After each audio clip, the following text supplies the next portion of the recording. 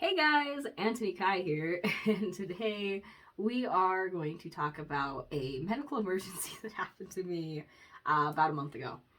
I've been back to work. If you haven't seen last week's video, maybe go watch that. I don't know. And if you're new here, hey, how's it going? Check out some videos. um,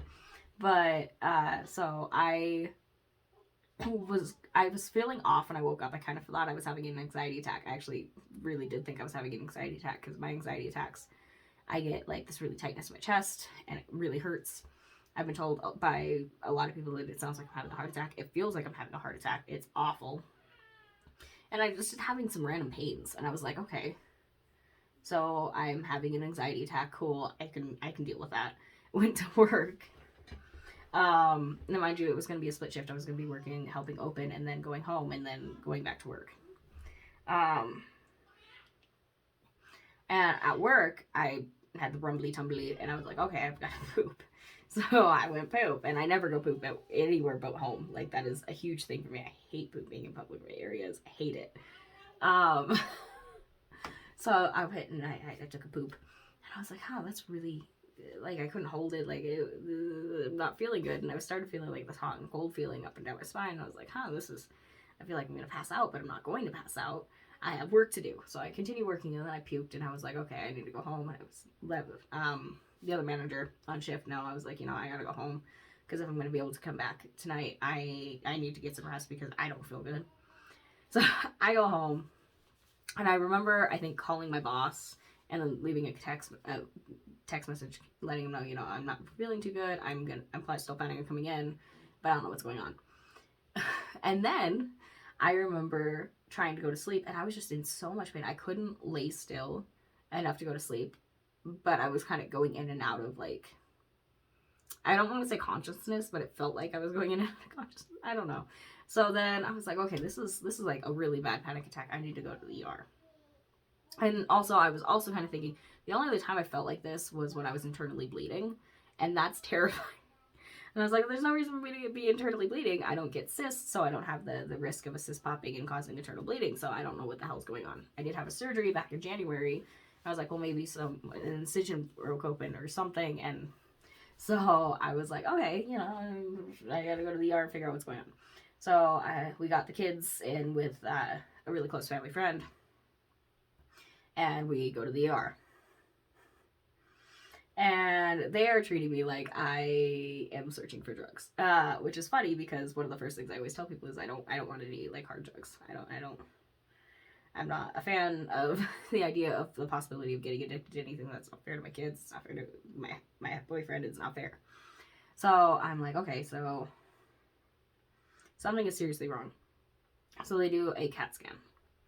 And on the CAT scan, it looks like my gallbladder's irritated. So they're like, okay, so here we're gonna send you home, or we can wait for an ultrasound. We're gonna do that tonight, or we'll send you home and you can come back and do it some other day. And originally we were like, yeah, okay, let's go home and I'll deal with this at home. I'm going in and out of consciousness, mind you. I know between Kurt and my mom, people are coming in and out of the house, out of the room, because you can't have more than one person there at a time. And I just know that occasionally Curtis would be there and occasionally my mom would be there, and I don't remember them switching out.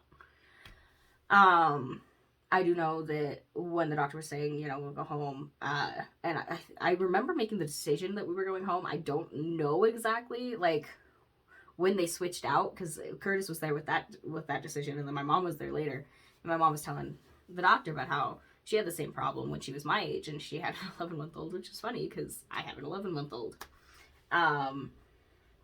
And so they were like, the doctor was like, oh, well, maybe we should do the ultrasound tonight then. And my mom was like, yeah, let's do that. So we got the ultrasound. I don't remember the ultrasound. I was really out of it. I was not doing good. And I remember the doctor coming in and apologizing. He was like, I am so sorry, you can't go home. Like, we should have got the ultrasound immediately. Like, you're going to be in emergency surgery tomorrow morning.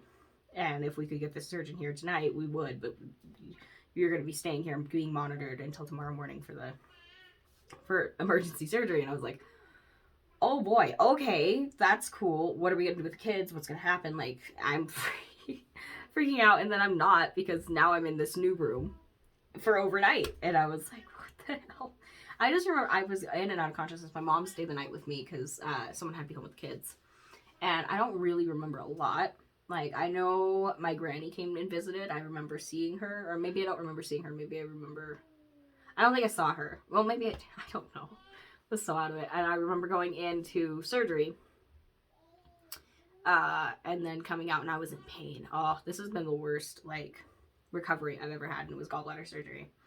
I got my gallbladder removed. And I've got, I think, 4 or 5 incision marks. I got 4 incision marks. So they cut into me 4 times. 1 second.